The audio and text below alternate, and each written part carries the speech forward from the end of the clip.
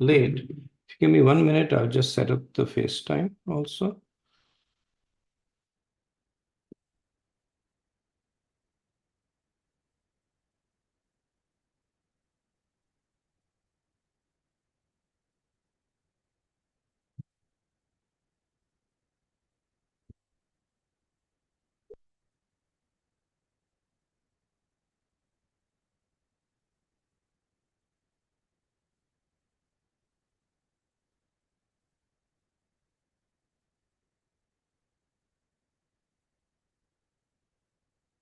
So last time we had completed our 19th chapter, 5th canto, and today we will start with the 20th chapter, which is titled Studying the Structure of the Universe. If you remember in the last set of chapters, Sukdev was describing Jambudvipa. And Jambudvipa is essentially the central dweep of Bhumandal. And the reason he did that was because we live in Jambudvipa. Like Bharat Khanda is in Bharatvarsha is in Jambudvipa. So he described Jambudvipa, then he described the 9 Varshas in Jambudvipa, one of them being Bharatvarsha. And then he also glorified specifically Earth planet, or through the demigods, the glorification of the demigods. And now he's going to expand out. So he's going to, from the center, he's going to expand out and give the description of the Bhumandal and beyond the Bhumandal, all the way till the edge of the universe. And towards the end, he will also introduce us to a very important heavenly planet, which is Sun planet. So these verses have almost no purport, and they are kind of self-descriptive. Most of these verses, almost all of them, are in prose. So we'll not be reading the Sanskrit, but we'll be reading the English, and hope to go through this chapter fairly quickly. So, and all I would ask is that keep what's the right word? Sukadeva Goswami paints a picture with the words. So we just need to keep that mood of trying to see what the picture Sukadeva Goswami is painting. Okay, so we'll start with verse 1. The great sage Sukadeva Goswami said, "Hereafter I shall describe the dimensions, characteristics, and forms of the 6 islands, beginning with the island of Plaksha." So one thing that we will notice is that almost all the islands have a certain unique characteristic in them. So they have a mountain range that divides them. They have a river, and they will also have something unique, like Jambudweep. So what was the unique thing in Jambudweep? Does anybody remember?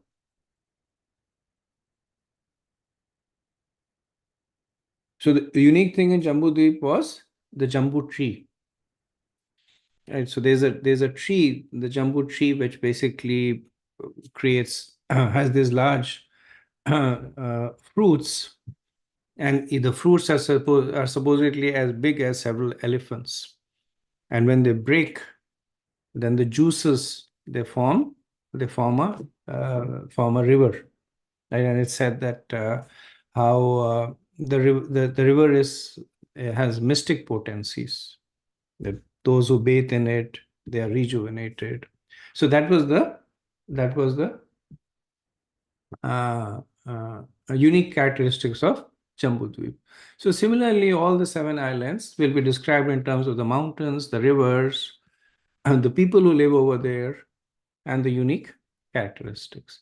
So it's a lot of details, and we'll do it because Sukadeva Goswami has done it, right? So the next verse, verse 2.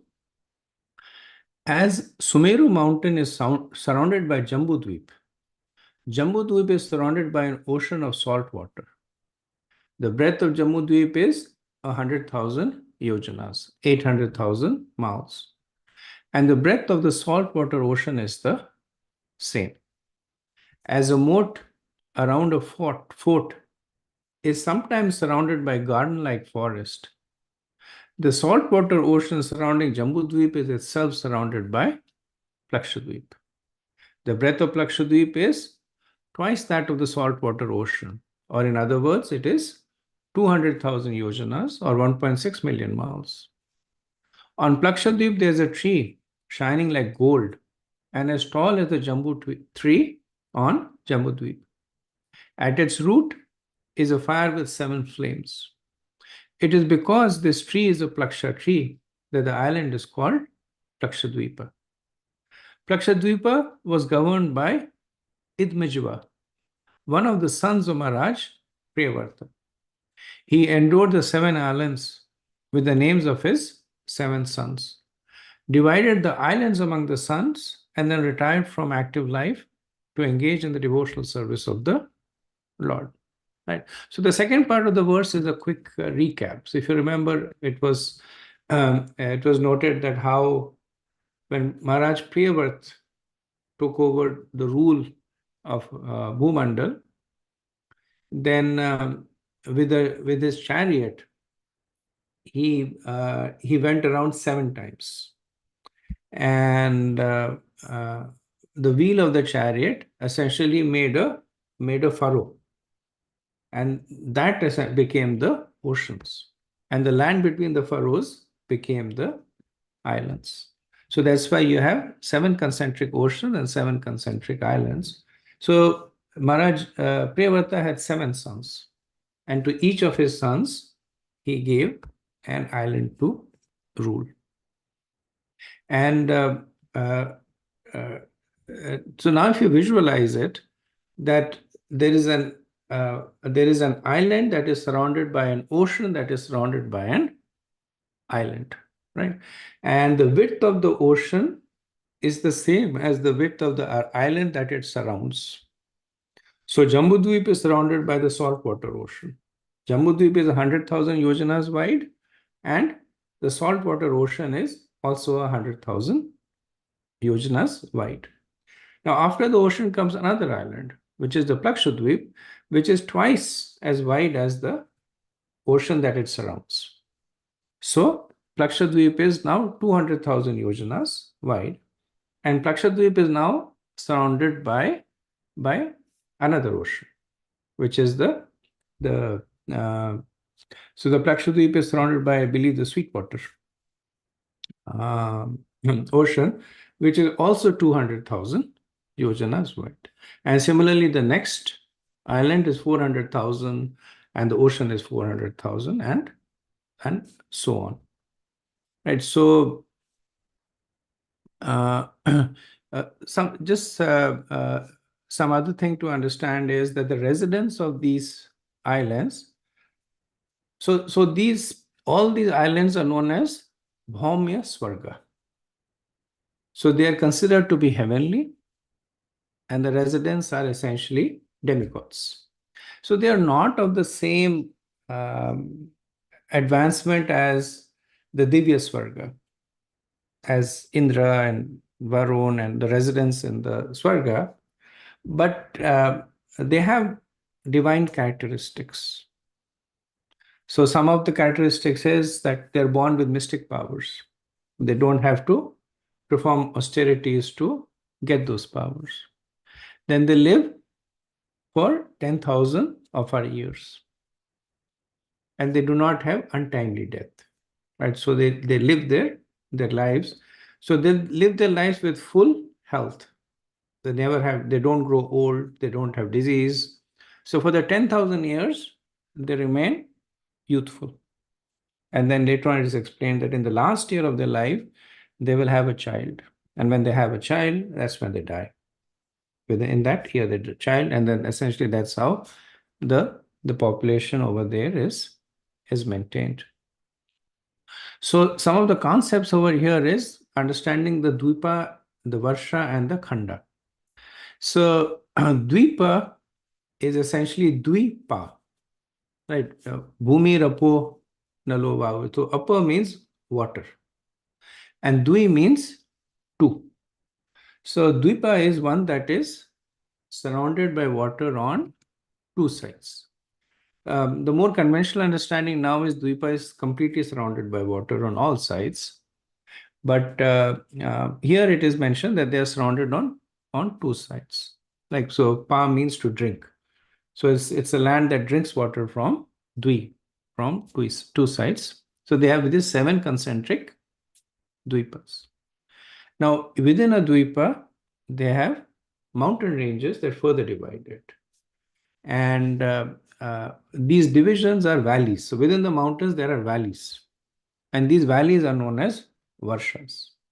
So like in Jambudvip, south of the greater Himalaya mountain is Bharatvarsha. Right? So the mountain creates a valley, and these are known as Varshas. And the Varshas can be further divided by different geographical entities, either by rivers or by mountains, and they are known as Khandas. So like within Bharatvarsha, the southernmost is known as Bharat Khanda, or also called the Navadvip, because it is right in the saltwater ocean.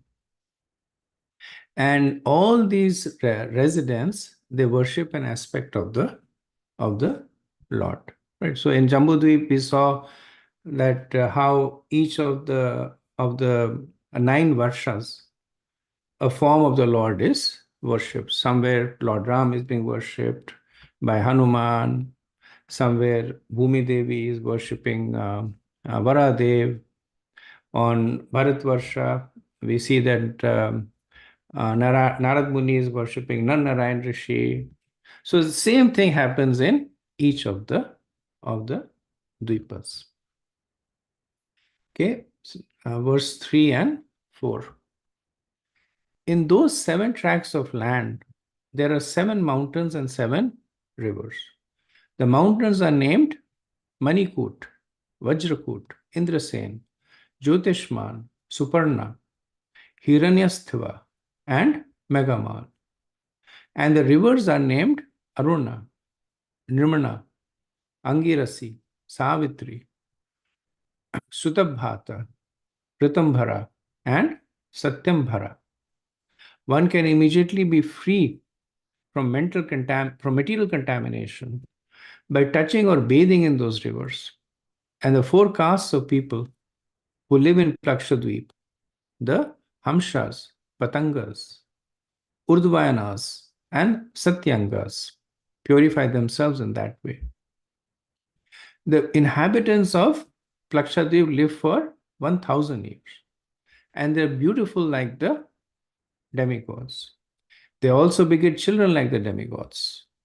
By completely performing the ritualistic ceremonies mentioned in the Vedas, and by the worship of the Supreme Personality of Godhead, as represented by the sun god, they attain the sun, which is a heavenly planet. So here it is mentioned that they live for 1,000 years, and this is something that I guess I need to verify, because at other places it's written that they all live for 10,000 years. Also noted over here that the population is divided into four castes, and the castes have different name. They approximately correspond to the Brahmanas, Kshatriyas, Vaishyas, and Shudras, but not completely. So not much is given by Sukadeva Goswami in terms of how do the castes differ from one another, other than the fact that there is this four caste that exist in all the islands, right? So it's said in those seven tracts there are seven mountains and seven rivers, but actually in the outermost tract, which is the Pushkar Deep, there is only one mountain that divides it into two. But here, because the other six have the same characteristic, that they have 7 mountains and 7 rivers. So that's why Sukdev Goswami is generalizing over here. And Srila Prabhupada in the purport, he uses this as an opportunity to talk about the position of the Devas with respect to Krishna. That even though the residents over here are demigods, they worship the Supreme Lord. So when it's said that they worship uh, uh, Sun God, so it is clarified that they worship the Supreme Personality of Godhead as represented by the Sun God.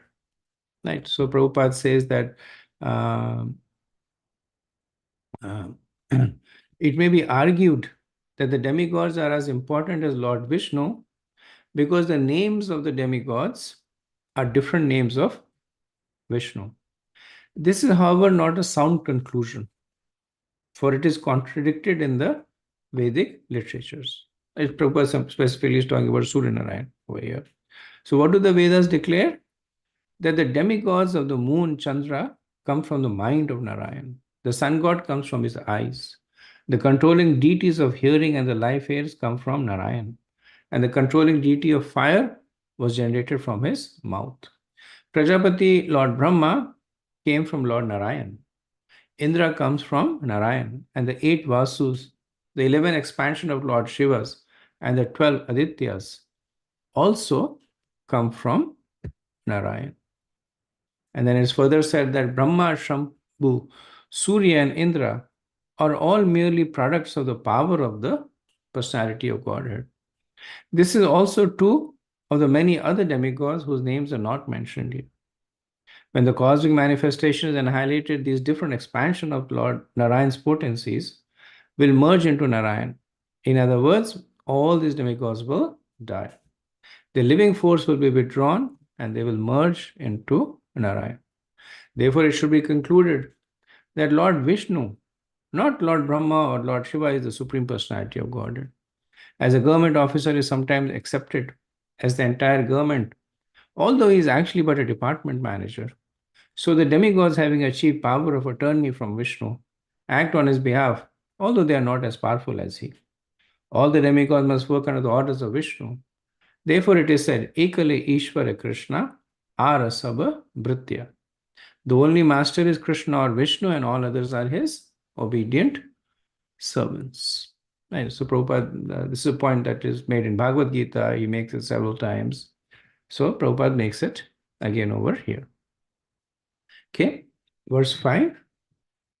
Pranantasya Vishnu Rupam Yat Satyasya Yartasya Brahmana Amratasya Cha Mrito Yascha Suryam Atmanamimahiti. This is the mantra by which the inhabitants of Plakshadweep worship the Supreme Lord. Let us take shelter of the Sun God, who is the reflection of Lord Vishnu, the all-expanding Supreme Personality of Godhead, the oldest of all persons. Vishnu is the only worshipable Lord. He is the Vedas, he is religion, and he is the origin of all auspicious and inauspicious results. So, this is the worship of Lord Vishnu in the form of Sun God. Right? He said, let us take shelter of the Sun God, who is a reflection of Lord Vishnu. Now, one may wonder that if they're aware of this relationship between Lord Vishnu and Surya Dev, then why don't they directly go and worship Lord Vishnu? Right? And the understanding is very similar to the contemporary understanding that we have. That sometimes people will worship the demigods, understanding their part and parcel of Krishna, because they have some attachment to the demigods. Sometimes they will worship in the mood of Dasa Das Anudas. Right? Even though they may be qualified to go directly to Lord Vishnu, but in the mood of humility, they worshipped a servant of Lord Vishnu. Like the gopis worship Katyani, even though they are more qualified than Katyani Devi to go to Krishna, but following the mode of humility. They worship Katyani Devi and say, give us Krishna as the husband. And the reason Katyayani Devi can give that benediction is because she is empowered by Krishna to give that benediction. Right. Similarly, we see when in the pastimes of Tulsi Devi, right? Tulsi Devi appears and she is the eternal associate of Krishna, but yet she appears when she is cursed. She appears and she worships for thousands of years. She worships Brahma, right? And Brahma then gives her this benediction that may you go back to the spiritual world. Now, Brahma himself is a creature of the material world. So for him to give this benediction, it's a little difficult to understand, because one can only give what one has. But the understanding is that Lord Brahma gives it on the authority of Krishna. Like Krishna says, she's my pure devotee, and in the mood of humility, she's worshipping you. So that benediction, I'm empowering you to give. Okay, going on to verse 6. O king, longevity, sensitive prowess, physical and mental strength, intelligence and bravery are naturally and equally manifested in all the inhabitants of the 5 islands headed by Plaksha Dweep. So Sukadev is to some extent generalizing over here that the residents of these islands, they have mystic powers, they have a long life, mental strength, intelligence, bravery. They're equally manifested in all the inhabitants, right? So even though we say there are 4 varnas, but they have equal access to these attributes, right? And he says 5 islands headed by Lakshadweep. So Jambudweep he has already spoken about, and Jambudweep is a little bit of an exception because not everybody has the same physical strength. Case in point being the residents of Bharatvarsha, they're weaker. Now there are 7 islands. So Prabhupada doesn't write, why doesn't he talk about the remaining 6 islands? But my understanding is that he excludes Pushkar Dweep, also the outermost island, which is under the control of Brahma. But again, it's something that is not either verified or denied through any of the other purports. Okay, moving on to verse 7. Lakshadweep is surrounded by an ocean of sugarcane juice, equal in breadth to the island itself. Similarly, there is another island, Shalmali Dweepa, twice as broad as Lakshadweepa, 400,000 yojanas or 3.2 million miles, and surrounded by an equally broad body of water called Shura Sagar. The ocean tastes like liquor. Right? So I stand corrected. I said that the ocean outside the salt water is sweet water, but actually it's sugarcane juice. The sweetwater ocean actually surrounds the outermost island, Pushkar Dweep. Immediately outside Lakshadweep is the ocean of sugarcane juice, which is 400,000 yojanas. Now, one thing to understand is that when these oceans are being described, then one should understand that they're used to indicate certain qualities of the ocean using things that we can relate to. Like we said, it's a saltwater ocean, right? Now, it does not mean that essentially the ocean is lots of salt with water dissolved in it, or water dissolving the salt. But there is a quality of saltiness in the ocean. Now, the water has many other qualities also. It's the quality of freshness, it has force in it, it has a wetness in it. So many other qualities are there, and it has the distinctive quality of being salty. So it's known as saltwater ocean. So similarly, when they're saying it's a sugarcane juice ocean, doesn't mean that the only thing in that in that ocean is sugarcane juice. But it means that the ocean over there has qualities that would remind one of sugarcane juice. So sugarcane juice has a particular kind of sweetness. The sugarcane juice has a certain kind of viscosity. So the ocean, the water of that ocean also manifests a reflection of those qualities. Right. The next ocean is called Shurasagar, which is called an ocean of liquor. Right now, it's not that there is that ocean is filled with like whiskey or beer or whatever liquor, but there is an intoxicating quality to the water in the ocean. It has that kind of an aroma. It has a slightly intoxicating quality. So it is known as the Shura Sagar. And the reason I mention it is because these verses were actually used by by the Britishers to debunk the Bhagavatam. Right. So, and the Britishers did it actually through Indians. So they had many of the so-called Vedic scholars, and they were writing articles making fun of the Bhagavatam.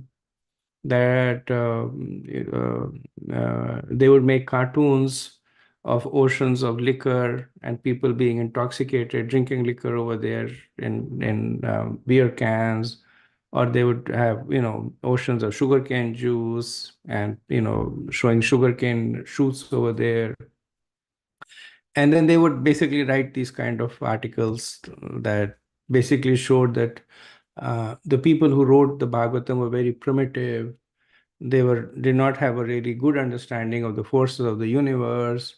So they were looking at elements around them. So they were looked at water, and later on we see there is ocean of ghee and emulsified butter and yogurt. So they said that they were just looking at stuff around them, and they had a limited perception, and they basically said this is an ocean of this, an ocean of that. And unfortunately, they did succeed to a great extent. So by describing these things out of context, they were actually able to evoke a lot of doubt in the mind of the so-called educated Indians, right? That the Bhagavatam has. I remember in one of the books, I forget who wrote it, but the person had actually had gotten access to these articles written by, again, these were Indians, but essentially sponsored by the Britishers, which essentially was cherry picking stuff from the Bhagavatam and making fun of it. That there is a mountain of gold and there is a bird that is as large as an aeroplane. So this way they would kind of make fun of it.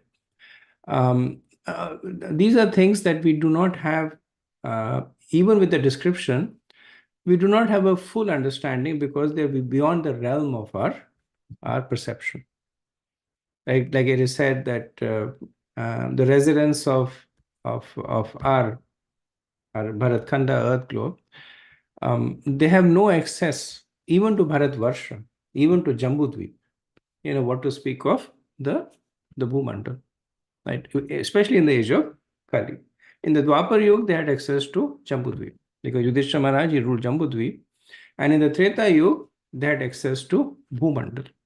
So the kings of Treta Yuga and Satyuga, in Satyuga, they were not really any kings. Everybody was kind of ruling themselves. In Treta Yuga, the kings like Lord Ram, they were ruling the entire Bhumandal. So they had the ability to move from one dweepa to another, but not in the age of Kali. Okay, so moving on to verse 8. On Shalmali Dweep, there is a Shalmali tree from which the island takes its name. The tree is as broad and tall as the Plaksha tree. So Plaksha is essentially a fig tree. So we have figs, experience of figs in over here. Plaksha is essentially a fig tree. So what is the size? The size of the Shalmali tree is 100 yojanas broad, which is 800 miles, and 1100 yojanas, 8800 miles tall. Learned scholars say that this gigantic tree is the residence of Garud, the king of all birds, and carrier of Lord Vishnu. In that tree, Garud offers Lord Vishnu his Vedic prayers. Right? So in Shalmali Dweep, Garud comes and he perches on the Shalmali tree. Because Garud is so large, he cannot sit on any ordinary tree. So the tree that he sits in is 800 miles broad and 8,800 miles tall.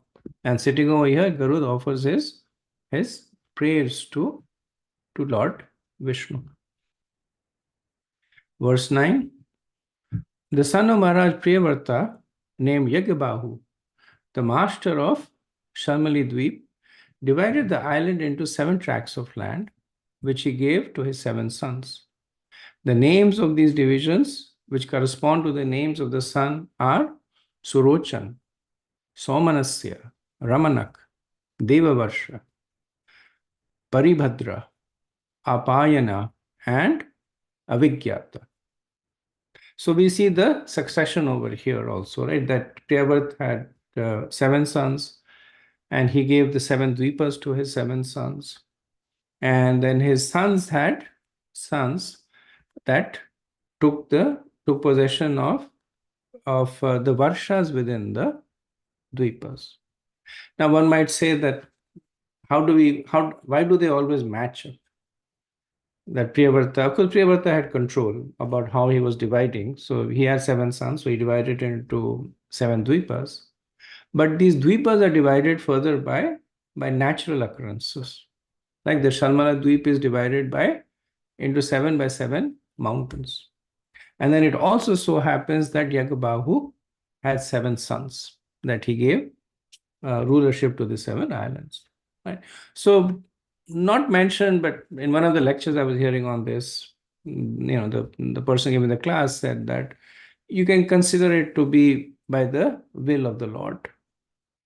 So because the Lord wanted the lineage to be distributed in this way, that's how it was controlled. Okay, moving on to verse 10. In those tracts of land, there are 7 mountains: Swarasha, Satsranga, Vamdeva, Kunda, Mukunda, Pushpavarsha, and Saharsa Shruti. There are also 7 rivers: Anumati, Sinivali, Saraswati, Kuhu, Rajani, Nanda, and Raka. They are still existing. So Sukdev Goswami is saying that this is not an ancient geography that I am describing you.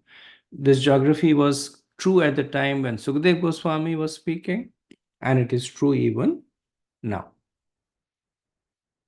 Okay, verse 11.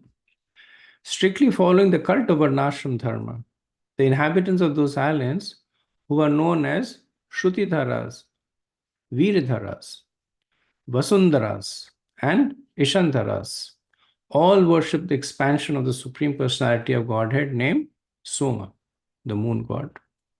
And so we saw that in Plakshadweep, Surya Dev was worshipped, and in Shalmali Dweep, we see that Somadev is being worshipped in the same mood as a part and parcel of Lord Vishnu. Swagobihi Pitradevibhyo Vibhajan Krishna Shuklayaha Prajanam Sarva Samraja Nidhaso Monastviti. The inhabitants of Shalmali Dweep worship the demigod of the moon in the following words. By his own rays, the moon god has divided the month into 2 fortnights, known as Shukla and Krishna, for the distribution of food grains to the Pitas and the demigods. The demigod of the moon is he who divides time. And he is the king of all the residents of the universe. We therefore pray that he may remain our king and guide.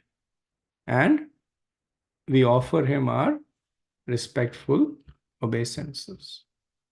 So we know that because of the action of the moon, the plants get sustenance. So the juices in the plants are created by the action of the moon. And the moon god essentially is the presiding deity of all vegetation. So here he is glorified as that which is who is responsible for the distribution of food grains. And because of the movement of the moon, there is the waxing and the waning of the moon. There is the Shukla and the Krishna Paksha. And it is said that because of this changing structure of the moon, the plants are nourished. And those plants are used to offer oblations to the devas and the pittas, right? So in the Bhagavad Gita, third chapter, the cycle of sacrifices is noted that by the grains, vitality is produced. By the vitality, yajna is performed. By yajna, rain comes, and by rain, grain comes. So that's the cycle of yajna. So same point is being made over here. The additional information that is being given over here is that in the nourishment of the grains, in addition to the rain, there is the influence of the waxing and the waning moon. Okay, moving on to verse 13. Outside the ocean of liquor is another island known as Kushadweep, which is 800,000 yojanas, 6.4 million miles wide, twice as wide as the ocean of liquor. As Salmali Dweep is surrounded by a liquor ocean, Kushadweep is surrounded by an ocean of liquid ghee, as broad as the island itself. On Kushadweep, there are clumps of kusha grass, from which the island takes its name. This kusha grass, which was created by the demigods, by the will of the Supreme Lord, appears like a second form of fire, but with very mild and pleasing flames. Its young shoots illuminate in all directions. So we had first Jambudweep, then we had Plakshadweep, then we had Shalmali Dweep. Now we have the fourth island, which is Kushadweep. Right? And Kushadweep is surrounded by an ocean of ghee, clarified butter. And how does it get its name? Because of the kusha grass over there. So Prabhupada says that from the descriptions in this verse, we can make an educated guess about the nature of the flames on the moon. Like the sun, the moon must also be full of flames, because without flames there cannot be illumination. The flames on the moon, however, unlike those on the sun, must be mild and pleasing. This is our conviction. The modern theory that the moon is full of dust is not accepted in the verses of Srimad Bhagavatam. In regard to this verse, Srila Vishwanath Chakravarti Thakur says, the kusha grass illuminates all directions, but its flames are very mild and pleasing. This gives some idea of the flames existing on the moon. So the point Prabhupada is making is that not all the flames are the same. So we have experience of flames in Agni. In the Earth planet, we have experience of flames from Surya. Right? But there are flames that have different characteristics. And because we do not have prior experience of it, we are not able to detect it. We are not able to record it. So Prabhupada is saying that this is our conviction, that the flames of the moon are similar to the flames that are there in the Kusha Dvipa. So there, the kusha grasses are producing the flames. Prabhupada is saying that in the moon, there is some other object that is producing the flame, which is what is causing the illumination of the moon, and which is why, unlike sunshine, moonlight is very pleasing. And it is like sunshine is heating, moonlight is cooling. So different characteristic of flame. Now scientists say that the moon is illuminated because of the reflection of the light of the sun. And that is not fully rejected. Later on, we will see that even that is to some extent accepted.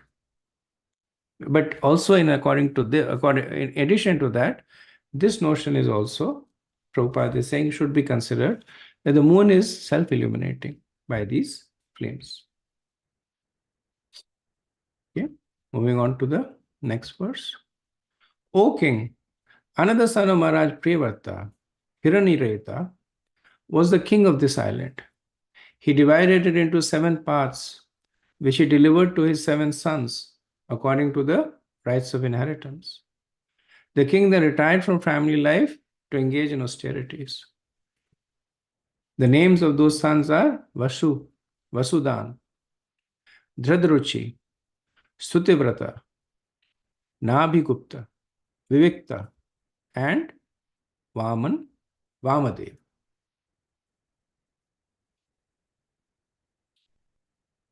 Next verse.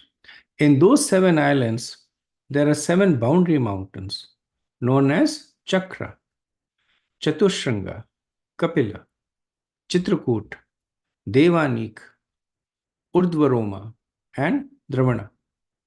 There are also 7 rivers known as Ramakulya, Madhukulya, Mitravinda, Shrutavinda, Devagarbha, Gritachuta, and Mantramala. Prabhupada, another place, says that the names are auspicious. That's why Sukadeva Goswami says that by speaking and hearing these names, one gets all auspiciousness. Verse 16. The inhabitants of the island of Kushadweep are celebrated as Kushalas, Kovidas, Abhiyuktas, and Kulakas. They are like the Brahmanas, Kshatriyas, Vaishyas, and Shudras, respectively. By bathing in the waters of those rivers, they become purified. They are expert in performing ritualistic ceremonies according to the orders of the Vedic scriptures. Thus, they worship the Lord in his aspect as the demigod of fire. Right? So just like there was sun and moon in Kushadweep, the Lord is worshipped as Agni Dev. Right? And here it's also mentioned that the Chaturvarnas are like the Brahman, Kshatriyas, Vaishyas, and Shudras that we know, but they manifest differently. So there are no real Shudras in those islands. There are no actual Kshatriyas who are engaging in battle. There are no Vaishyas who are doing trading.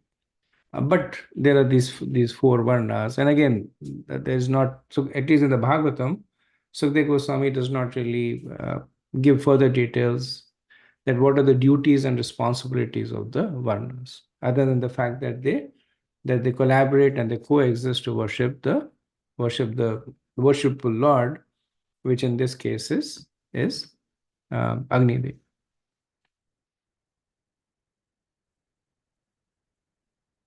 Okay, verse 17. Parasya brahmane sakshat jat vedo sihavyavat devanam purushanganam yagyena purusham yajyate. This is the mantra by which the inhabitants of Kushadweep worship the fire god. O fire god, you are a part of the Supreme Personality of Godhead Hari, and you carry to him all the offerings of sacrifices. Therefore, we request you to offer to the Supreme Personality of Godhead the yajna ingredients we are offering to the demigods. For the Lord is the real enjoyer. So again, we see the mood. that even though they are worshipping Agni Dev, they're worshipping him in conjunction with the Lord. So it is said that the mouth of the Lord is Agni Dev, that the Lord eats through through fire. So, so that's what the inhabitants are glorifying. That when we perform yajna and offer ahuti in the fire, then the fire acts like the mouth of the Lord and carries the yajnic ingredients to them.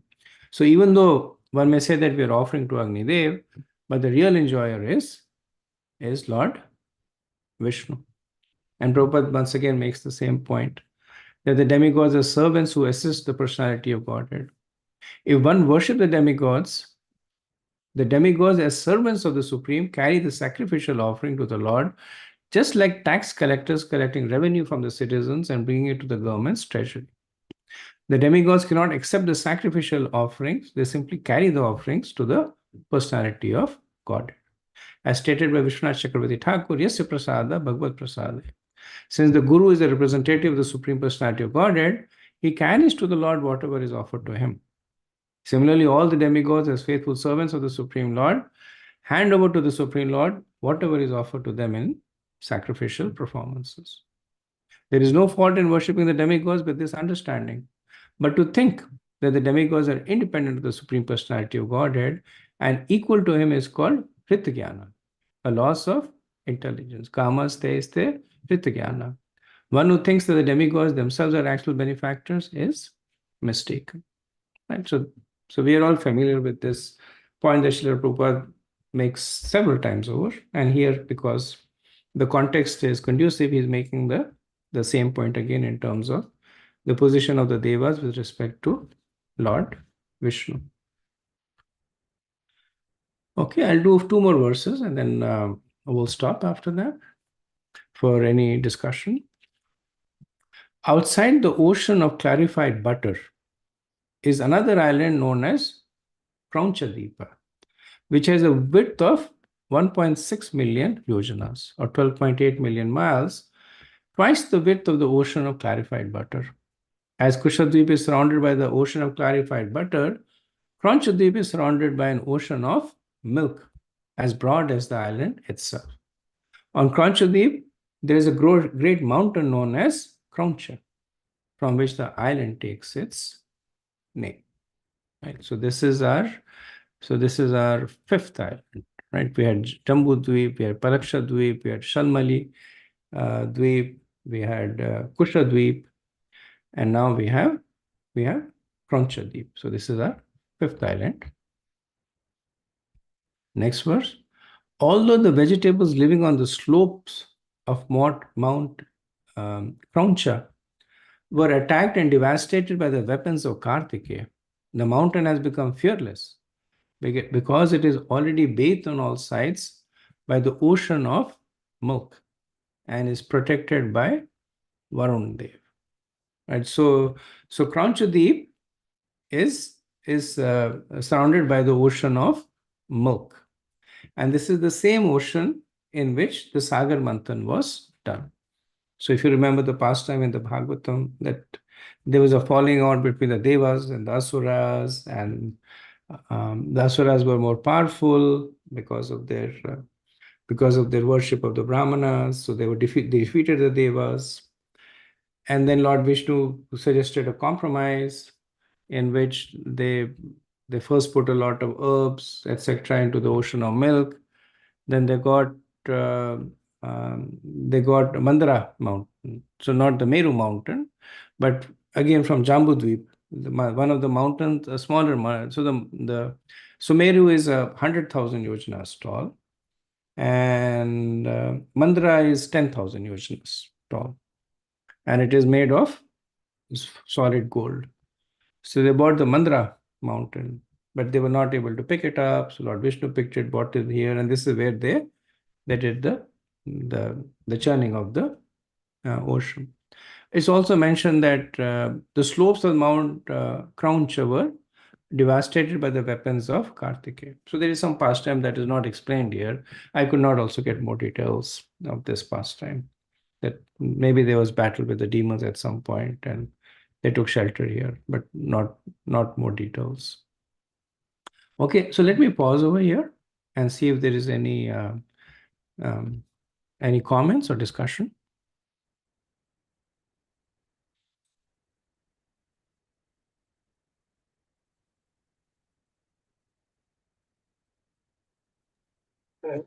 Just one point, Prabhu. You know what? Each one has a tree, and I don't know if you have watched this film, Avatar. And in this film, there's a giant tree, and this tree, it's like a world in itself. I don't know if you watched this film, but I'm just thinking about that. The ideas where they got the trees, most probably. Okay. Because even the personalities are tall, like I don't know how many feet tall. They're blue in color. And it's like in the heavenly planet, it seems. Interesting. Interesting.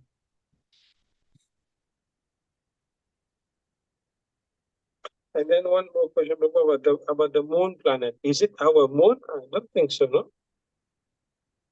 The which planet? There's a reference of the moon where the the, the, the fire is very soothing and all that, the kusha grass. But the moon is not our moon, no, it's another moon. No, that was just given by Prabhupada to explain the phenomena. Like it is said that in Kusha Dweep, the Kusha grass, it emits a flame but it's a cooling flame, right? And Prabhupada says that perhaps in the moon planet also there are similar there's a similar phenomena, right? It's so the moon planet is not in Bhumandal, right? The moon planet is part of the heavenly planet, so it's at a height above the Bhumandal. After the Bhu is the Bhuvarsu, which is the intermediate uh, planetary system, and then there is the Svargalok. So the moon planet comes in the Svargalok. Okay, thank you. Yeah.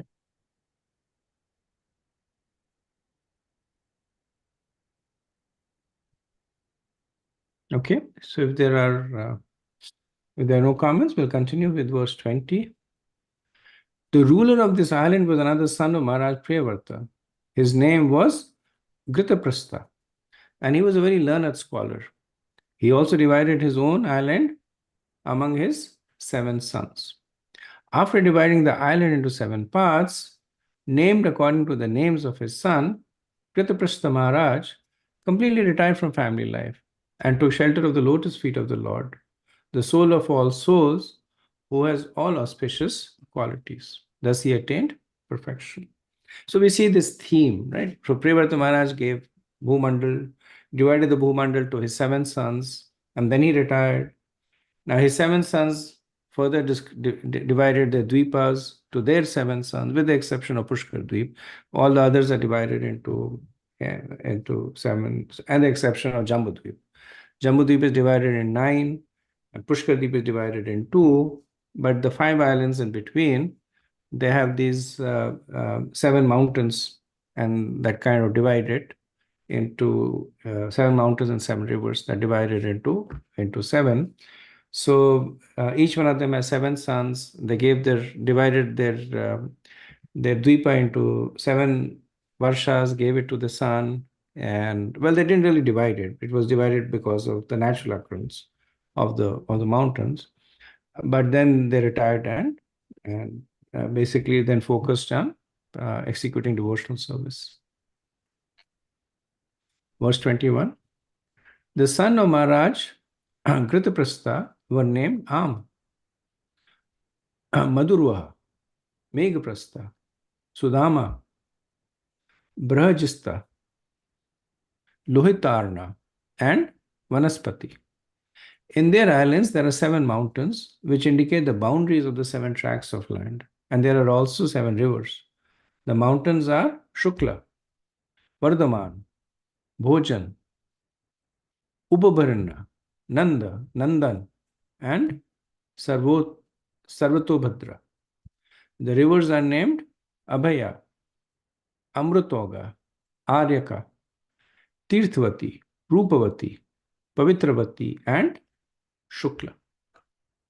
Next verse. The inhabitants of Kraunchadeep are divided into 4 castes called the Purushas, Rishabhas, Dravanas, and Devakas. Using the waters of those sanctified rivers, they worship the Supreme Personality of Godhead by offering a palm full of water on the lotus feet of Varun, the demigod who has a form of water. And so, the Supreme Lord in Kronchadeep is worshipped as the demigod Varun. So, next comes their prayers. आप पुरुष वीर्यस्था पुनन्तिर्भूर्भुवः स्वः ताना पुनितमेव अग्निः सृष्टामात्मना भूवति. The inhabitants of Kraunchadeep worship with this mantra. O water of the rivers, you have obtained energy from the Supreme Personality of Godhead. Therefore, you purify the 3 planetary systems, such as Bhulok, Bhuvarlok, and Svarglok. By your constitutional nature, you take away sins, and that is why we are touching you. Kindly continue to purify us. Right? So Srila Prabhupada explains how bathing in the rivers can be auspicious. Like the energy of the Lord, he says that it acts through his creation. Just as the heat and light, the energy of the sun, act within the universe and make everything work, the specific rivers mentioned in the Shastras are also energies of the Supreme Personality of God. And people who regularly bathe in them are purified. It can be seen that many people are cured of diseases simply by bathing in the Ganges. Similarly, the inhabitants of Kronchadweep purify themselves by bathing in the rivers there. Right? So this gives us a sense of why bathing in auspicious rivers is beneficial, because they're connected to the Lord, right? We know, and we had done earlier on also about the descent of Ganges, of how it is essentially the water of the causal ocean that washes the lotus feet of Vamandev and then falls down, and that's what makes it auspicious. But most importantly, what makes bathing auspicious is the consciousness of the person. Right? So many people can bathe in the river, but one who bathes in the rivers with that consciousness that this is essentially a energy of the Lord, they get the most benefit. So I was mentioning about how in the 18th and 19th century there was a lot of fun that was made of the Vedic scriptures. So one of the so-called intellect, he had written this poem criticizing, more like a couplet, criticizing superstitions in India, right? An Indian person only, Hindu, Brahman. So he had written that if I'm translating it, it was written in I believe in Sanskrit. I'm translating that if bathing in the Ganges can liberate a person, then what about all the fishes that live in the river? They should be already liberated. Right? So yeah, pointing to the material aspect of the water. Right? So two things here. One thing is, how do you know the fishes are not liberated? So just like we say that even the pigs and the dogs in Vrindavan go back to Godhead, how do we know that the rivers like the Ganges and the Yamuna, they do not liberate all the creatures that live in it?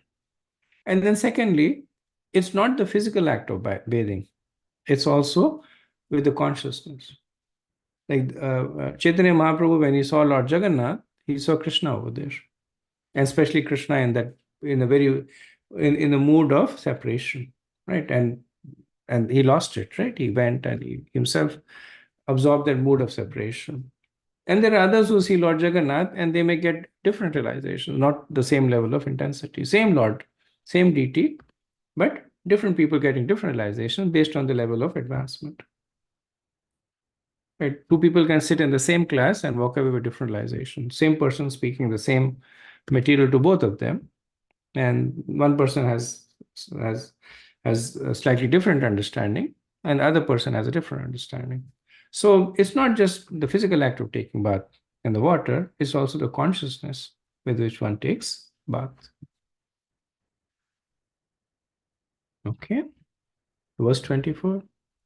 Outside the ocean of milk is another island, Shakadvip, which is 3.2, which has a width of 3.2 million yojanas, 25.6 million miles. As Kronchadweep is surrounded by its own ocean of milk, Shakadweep is surrounded by an ocean of churned yogurt as broad as itself. In Shakadweepa, there is a big shak tree from which the island takes its name. The tea is very fragrant. Indeed, it lends its scent to the entire island. Right, so now we come to the sixth island, which is Shakadweep, 3.2 million yojanas wide, that is surrounded by churned yogurt. So churned yogurt is um, a chach. In Hindi, it's called chach. So when you churn the yogurt, then or you put a yogurt in a mixie and then you run it, then it becomes very liquidy. It becomes it loses its viscosity. In Hindi, it's called chanch. I'm not sure what it's called in English. I think it's still called maybe churned yogurt. So that's the ocean that surrounds Shakadweep. And Shakadweep gets its name for the big shaka tree that is there. Next verse. The master of this island, also one of the sons of Priyavrata, was known as Medhatithi. He also divided his island into 7 sections, named according to the names of his own sons, whom he made the kings of that island. The names of those sons are Purujav, Manojav, Pavaman, Dhumranika, Chitrapeha, Bahurupa, and Vishwadhara. After dividing the islands and situating his son as its ruler, Medhatithi personally retired, and to fix his mind completely upon the lotus field of the Supreme Personality of Godhead, he entered a forest suitable for meditation. And so we see the same pastime happening again in each of the islands. Next verse. For these lands also, there are 7 boundary mountains and 7 rivers. The mountains are Ishana, Urushringa, Balbhadra, Shatakeshar, Sahasrasrota, Devapal, and Mahaansha. The rivers are Anaga, Ayurda, Ubhayasprishti, Aparajita, Panchapadi, Sahasrashruti, and Nija Dhriti. Next verse. The inhabitants of those islands are also divided into 4 castes: Ritavrata, Satyavrata, Dhanvrata, and Anuvrata, which exactly resemble Brahman, Kshatriya, Vaishya, and Shudra. They practice pranayam and mystic yoga, and in trance they worship the Supreme Lord in the form of Vayu. Verse 28. Ananta pravishya bhutani yo bhibartyatmaketubihi anantyami ishvara sakshata patuno yad vashe sputam. The inhabitants of Shakadweep worship the Supreme Personality of Godhead in the form of Vayu in the following words. O Supreme Person, situated as the super soul within the body, you direct the various actions of the different airs, which such as pran, and thus you maintain all living entities. O Lord, O super soul of everyone, O controller of the cosmic manifestation, under whom everything exists, may you protect us from all dangers. Right? So they're worshipping Vayudev as Pran. So as we know that there are different kinds of Pran within one's body, Pran and Apan, which control the the movement of the air within the body, the digestion, the circulation of air. The soul is floating on these on these airs, and pranayama is essentially the process to control the airs. The prans, ayama means to control the air. So Prabhupada says, in this way, the yogi comes to the point of trance and tries to see the super soul within the core of his heart. So this is the whole process of Astanga Yoga. Pranayama is the mean to attain samadhi, trance, in order to fully absorb oneself to seeing the Supreme Lord as Antaryami. Right? So this is the yogis who are actually devotees, but they're using this mystic process. Personalities like Dhruv Maharaj, who are and Kardama Rishi, who at that time the recommended way was to perform meditation. So through pranayam, they are able to separate their atma from the Paramatma, and thus they are able to see the Lord. By pranayam, they are also able to control the time of death.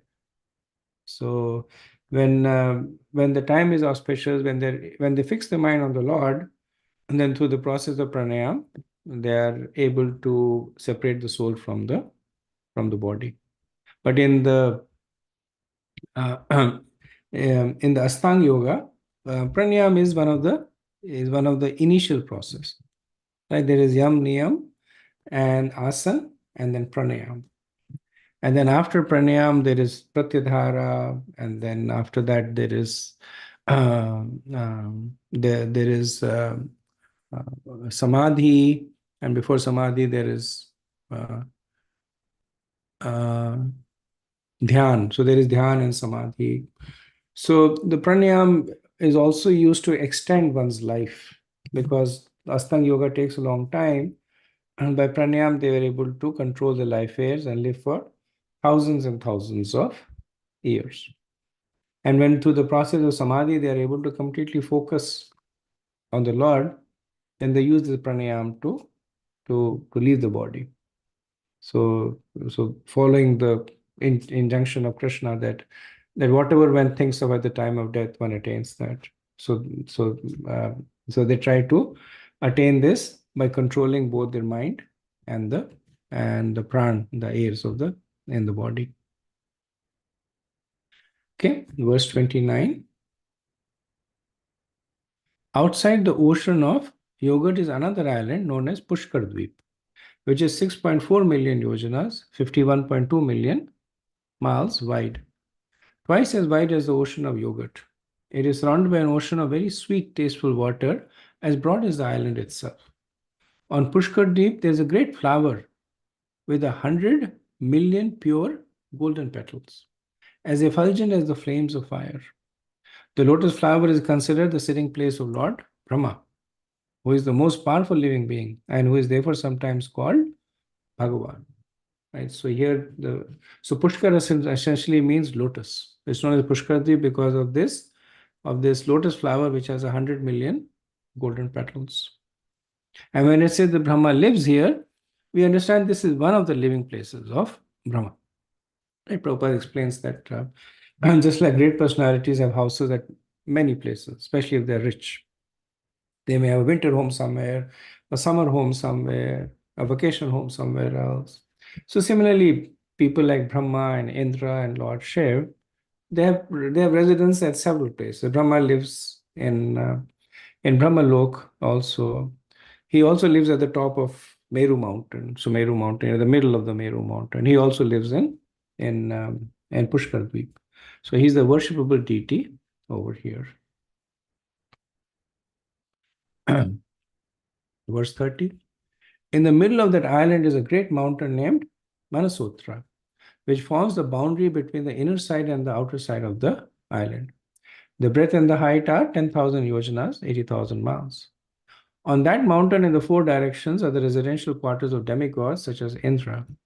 In the chariot of this of the sun god, the sun travels on the top of the mountain in an orbit known as Samvatsara, encircling Mount Meru.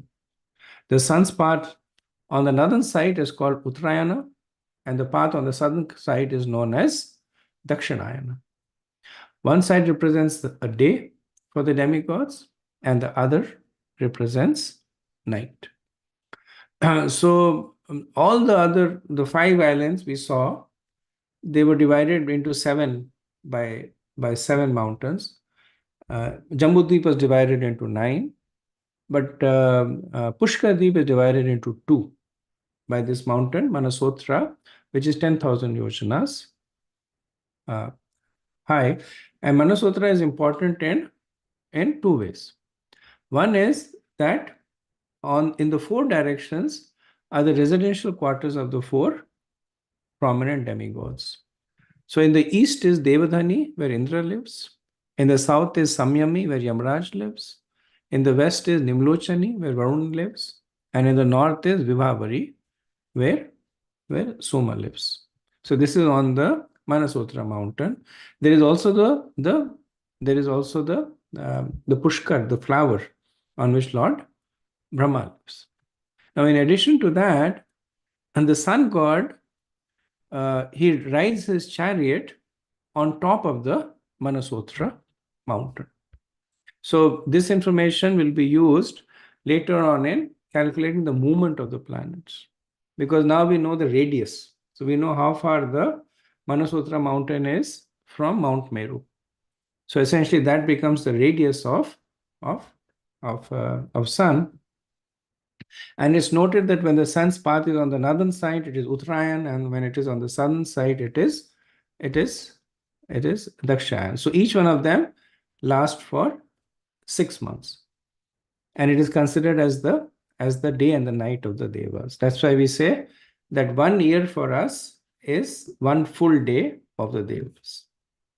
6 months is the day, and 6 months is the night.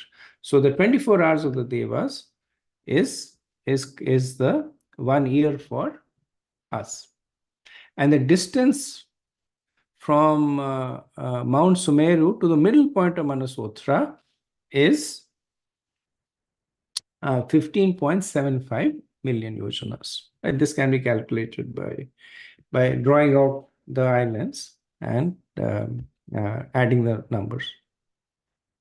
So Prabhupada says the movement of the sun is confirmed in the Brahma Samhita as Yasyagaya Brahmati Sampratakal Chakro. The sun orbits around Mount Sumeru for 6 months on the northern side and for 6 months on the southern side. So this adds to the duration of a day and night of the demigods of the upper planetary system.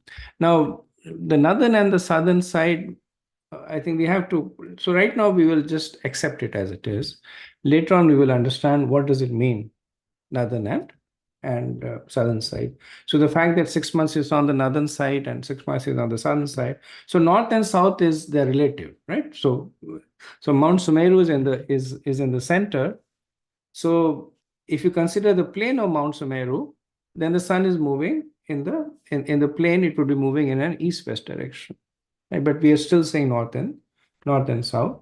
So for now, we will just note it, and later on, when we look at the movements of the planets, then we'll have a better understanding of what does it mean when it says the sun is entering into the northern hemisphere and the sun is entering into the. So we see in the first canto, right? I think it's the 19th chapter, the passing away of Bhishma Dev, that he was waiting for the sun to enter into the northern quarter. He was waiting for Uttarayan to happen. And Uttarayan happens on the day, what's the day on which Uttarayan happens? Sankranti. Makar Sankranti, right? Yeah. Yeah. 14. In Makar Sankranti, 14 January, it enters, right? And I think when it enters Capricorn, no, Capricorn is Makar.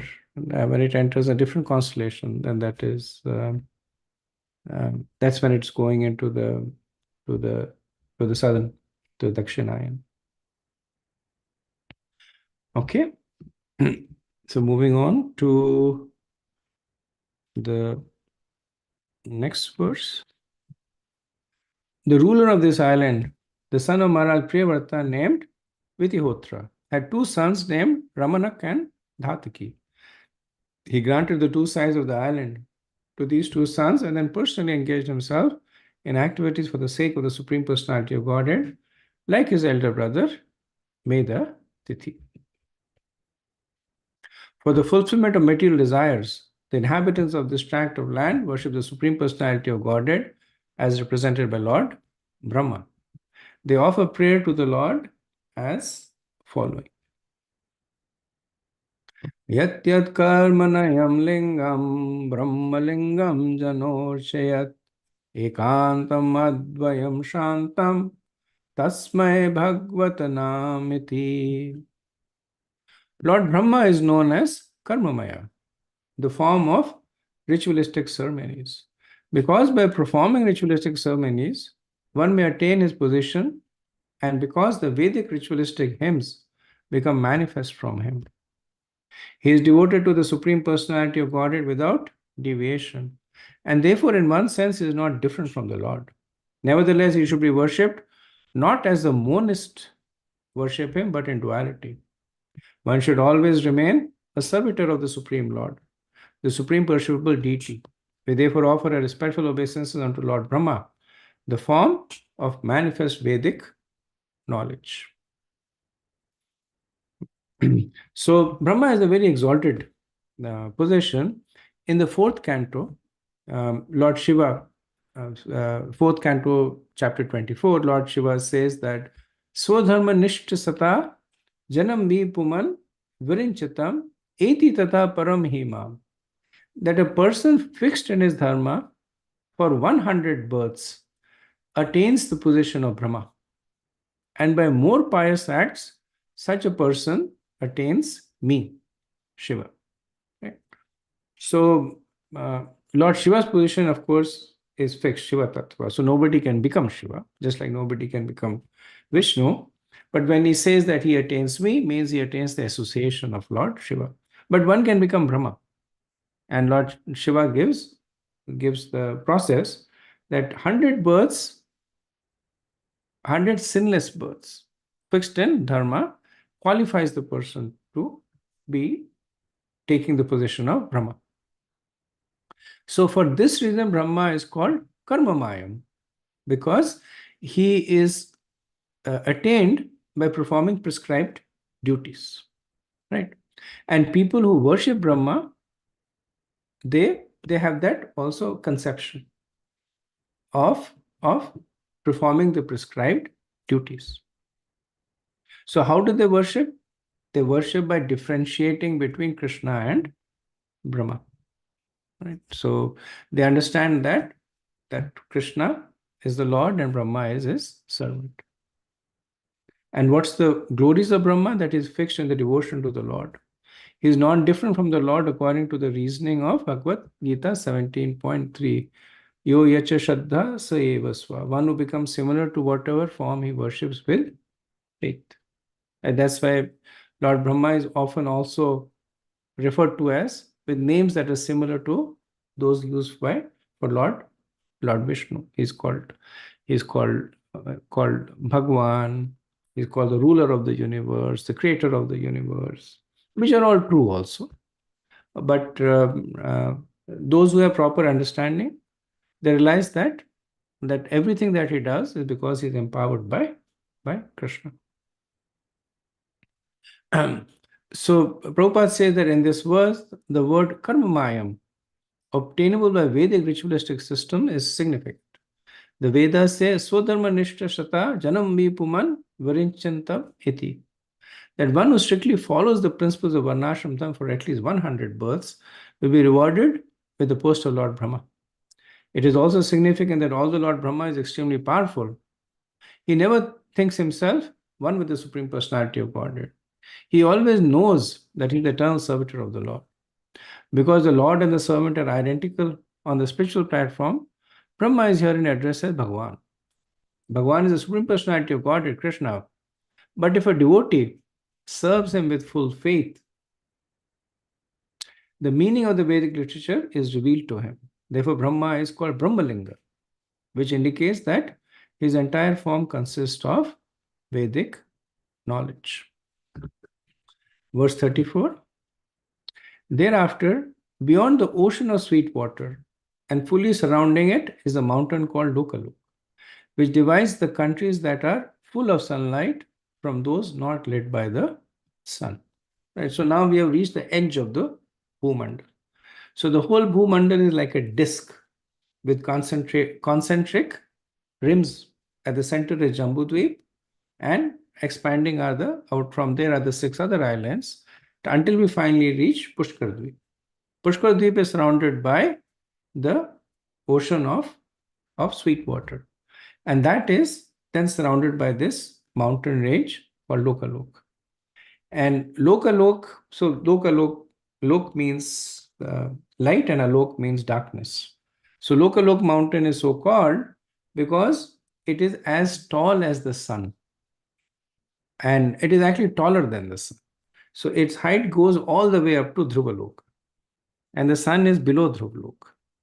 So if you consider a vessel and there is a candle lit into it, then and the vessel is taller than the candle, and if you put the vessel around the candle, then within the vessel there'll be light. Outside there will be darkness. So that's what Lokalok mountain does. Because it's so tall, it basically stops the sunlight from going out. So outside the Lokalok mountains, there is complete darkness. All the inhabitable part of Bhulok is within the Lokalok mountains. Okay, so next we have a few more verses, but we will do it next time. There is a description of the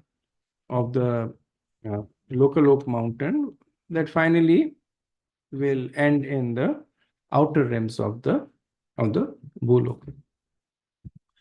Okay, so I'm going to pause over here and see if you have any comments.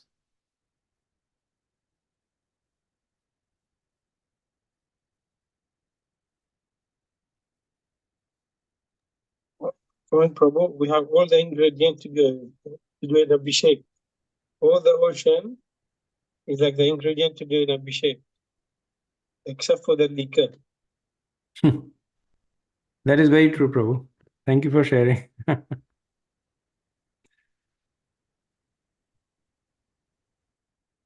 Okay, any other thoughts, questions, comments?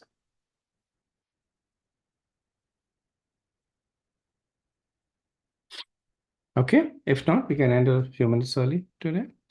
वाञ्छकल्पतरुभ्यश्च कृपा सिन्धुभ्येव च पतितनां पावनेभ्यो वैष्णवेभ्यो नमो नमः। अनंत कोटि वैष्णववृंद की जय। शिला प्रभुपाद की जय।